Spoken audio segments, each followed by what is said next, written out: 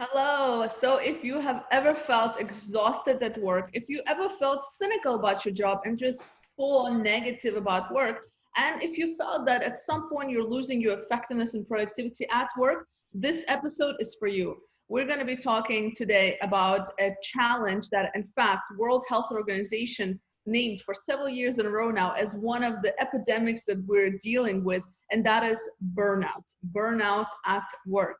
So episode 9 today, we're going to talk about the impact of burnout on our health and well-being. Yvonne, tell us a bit more about it. Elena, I must say that this topic is particularly important for us because it's rooted in the purpose of what we do in Bessern, helping people in terms of productivity and managing their well-being. And also it's rooted in our personal experiences. That's why it is so important and impactful for us to talk about this. We commonly use the term burnout to describe like a state of exhaustion, suffer from overworking. But it's not totally true, in fact. It occurs often when we find ourselves taken over by the internal demands, protests against all of the demands coming from different sides of work, from within ourselves or from outside. When there is a momentary resistance to do simple things, where it becomes as simple as becoming an ongoing state of mind, this resistance. Burnout, in fact, is not something new. Became recognized as a diagnosis in 1974 by a German-American psychologist called Herbert Freudenberger, who applied the term to the increasing number of cases he encountered of physical or mental collapse caused by overwork or stress. And this is the key word, stress. The relationship to stress and anxiety is crucial because it distinguishes burnout from simple exhaustion. It's not like just being tired.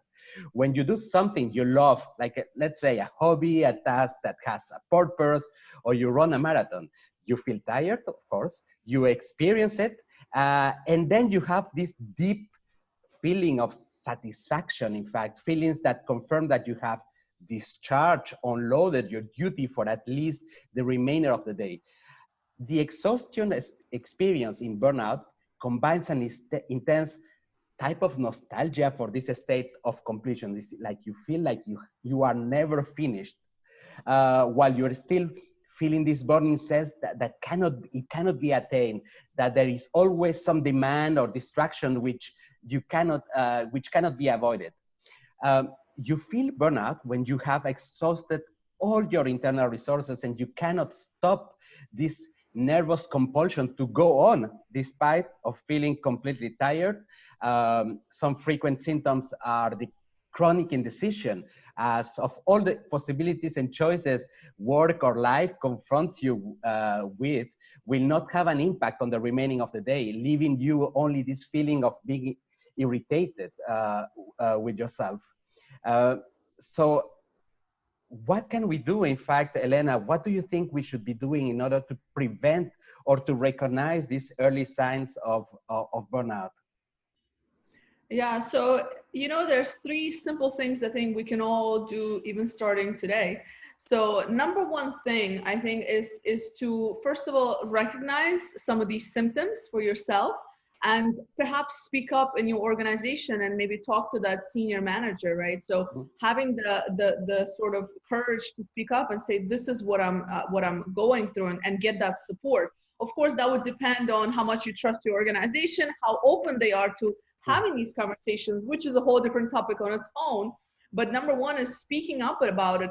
Number two, of course, managing the best that you can. And this is finding a way to disconnect so that your brain is disconnected from the ongoing conversations and work-related tasks and thoughts, to just take a moment or several moments, right? Maybe a period of time to just disconnect. That can look like just going off and turning off your phone for the rest of the day or on weekends. right? Especially if you have a work phone. It could look like going to the gym for many of us, right? Going to the gym when you're, focusing on the exercise, oftentimes we don't have time to think about anything else. Doing challenging activities like stand-up paddleboarding, for example. I mean, have you ever tried stand-up paddleboarding? You cannot think about anything. You cannot think about anything. You're just worried about not falling off. Going swimming, reading, whatever it is for you. So that's the responsibility you have, is to find that out, but disconnect, get your brain to stop going at the pace of work, essentially. And the third option, which I think many people don't see it as an option, but it is an option, is to simply quit. Of course, strategically and planning for it, but quitting what you're doing, if it's causing you that much pain and challenges, that means that it could be that the job is giving you that much anxiety and that much drainage of your energy. And sometimes just, saying it's time to quit and move on and make a plan to get there is the only solution. And we see this quite often with individuals that we work with. So it's these three things. I say, try the first two first. If that doesn't work, then maybe third one is an option. Elena, I think that you have pinpointed something that is quite radical, but is quite effective in order to avoid burnout. So what we understand about burnout is it's almost like a mismatch between what you are, the values that you have. Is very human, in fact, to want to have the control of your life.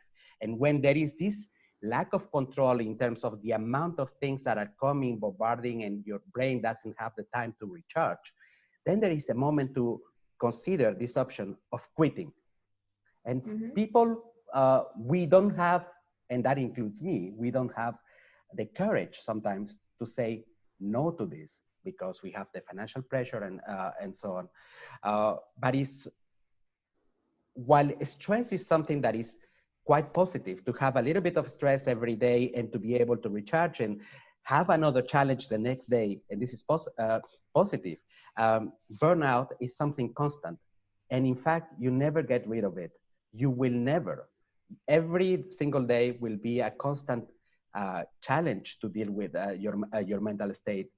Years, months after you are feeling the symptoms, the early symptoms of burnout, you still have to carry on, and it's still a constant fight with yourself. So this is the moment to start rethinking about what we really want for our future life. It was amazing. Burnout is a thing, and there's ways to deal with it. It's a real thing. Absolutely. Elena, it was lovely to speak with you again. So next week, another topic. Hopefully we see you again. See you. Bye-bye. Bye.